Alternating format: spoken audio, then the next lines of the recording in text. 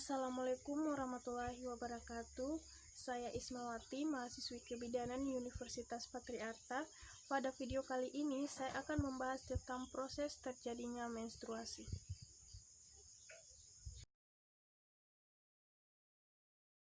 Apa itu menstruasi? Nah, jadi menstruasi atau haid ini merupakan pendarahan yang terjadi akibat luruhnya dinding sebelah dalam rahim atau endometrium. Menstruasi terjadi ketika embrio tidak terbentuk. Jadi siklus ini terjadi sekitar 21-28 hari. Namun tidak semua wanita mempunyai siklus yang sama. Ada yang 21 hari, ada pula yang mencapai 30 hari. Siklus menstruasi manusia melibatkan kerja organ reproduksi seperti uterus, tuba fallopi, dan ovarium.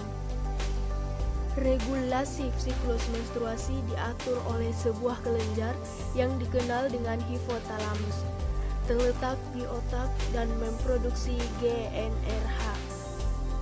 Hormon ini menstimulasi kelenjar hipofisis untuk mensekresi FSH dan LH yang mengontrol pertumbuhan folikel ovarium dan ovulasi. Kadar FSH dan LH meningkat pada siklus menstruasi dan menstimulasi perkembangan folikel. Ukuran folikel pun terus membesar dan meningkatkan jumlah estradiol. Sedangkan kadar progesteron tetap rendah. Pada uterus, lapisan dalam yang menyelimuti tabung uterus, endometrium, semakin menebal oleh karena estradiol. Pada tengah siklus, lonjakan LH menyebabkan ovulasi terjadi dan ovum dilepaskan dari folikel. Sebagai hasil dari peningkatan progesteron setelah ovulasi, endometrium akan memasuki fase sekretorik yang mempersiapkan resorpsi embrio. Di lain pihak, di ovarium, folikel yang telah berovulasi akan membentuk korpus luteum yang menghasilkan progesteron yang memelihara kualitas endometrium untuk implantasi.